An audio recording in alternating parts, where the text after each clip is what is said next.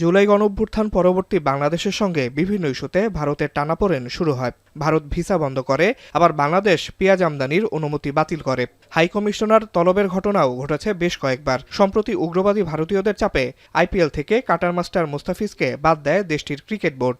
এ নিয়ে বাংলাদেশের পক্ষ থেকে ক্ষুব্ধ প্রতিক্রিয়া দেখানো হয়। ভারতে অনুষ্ঠিতব্য টি-20 বিশ্বকাপেও খেলতে যাবে না বাংলাদেশ।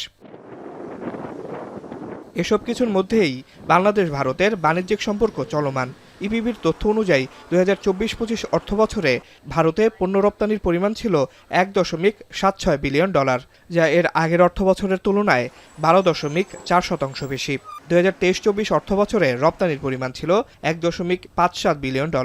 রপ্তানি বাড়লেও এখনও বাংলাদেশের আমদানি নির্ভরতাই বেশি। সবশেষ গত মঙ্গলবার সরকারি ক্রয় সংক্রান্ত উপদেষ্টা পরিষদ কমিটির বৈঠকে ভারত থেকে আরও ৫০,০০০ টন চাল কেনার সিদ্ধান্ত নেয় অন্তর্বর্তীকালীন সরকার। মঙ্গলবার সকালে সচিবালয়ে অর্থনৈতিক বিষয়ে সংক্রান্ত উপদেষ্টা পরিষদ কমিটির সভা শেষে অর্থ উপদেষ্টা ডক্টর সালেহউদ্দিন আহমেদের কাছে প্রশ্ন ছিল, সাম্প্রতিক ক্রিকেট ইস্যু দুদেশের বাণিজ্যিক সম্পর্কে কোনো প্রভাব ফেলবে কিনা। শুরুটা কিন্তু বাংলাদেশ থেকে করা হয় নাই, এটা আপনি স্বীকার করবেন।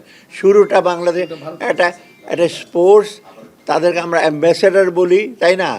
আর আমাদের যে কোনো স্পোর্টস অ্যাম্বাসেডার যেমন, অতএব এটা তো একজন ভালো প্লেয়ার, একটা বিখ্যাত প্লেয়ার যাবে, এবং যারা নিয়েছে তারা টেকনিক্যাল রিজনে করে দয়া দাক্ষিণ্য করে তো তাকে নেওয়া হয় নাই।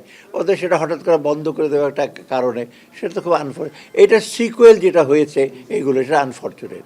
আমার দিক থেকে আমি দেখছি না যে এটা আপনার অর্থনৈতিক সাথে যেটা দরকার আমাদের, এবং যেটা আমরা একদম র্যাশনাল ওয়েতে ডিসিশন যেগুলো নিচ্ছি, সেটা অর্থনীতির সাথে আমার মনে হয় না অ্যাটলিস্ট আমাদের পারচেজের ব্যাপারে এগুলো আমাদের প্রভাব পড়বে।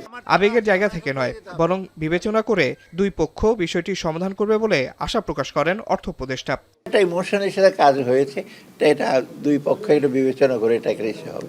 আমরা চাই না কোনোভাবেই কিন্তু আমাদের সম্পর্ক আপনি রাজনৈতিক ক্ষেত্রে বলে অর্থনৈতিক ক্ষেত্রে এটা হ্যাম্পার হোক। খেলাধুলা আদর্শগতভাবে রাজনীতি থেকে আলাদা থাকা উচিত এবং আবেগকে অযথা উত্তেজনায় পরিণত হতে না দেওয়ার আহ্বান জানান তিনি। এটা দুই দেশের জন্য কারোর জন্য ভালো হয় না। আসিফ ইকবাল খান, এখন, ঢাকা।